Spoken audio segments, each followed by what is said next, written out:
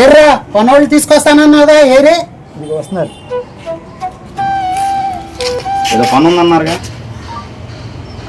ఆ రాళ్ల కొట్ట అయితే లోన్ వేయాలయ్యా. ఏంటి లెక్క ఎలాగా? కాంట్రాక్ట్ అయితే 5,000 తీసుకుంటాం మిస్త్రి. కూలికి అయితే మనిషికి వచ్చి 1,000 రూపాయలు. కాంట్రాక్ట్ అయితే 5,000, కూలి అయితే 3,000. సర్లే కానీ కూలీ చేసేయండి. అలాగే పోదాంరా. Let's go.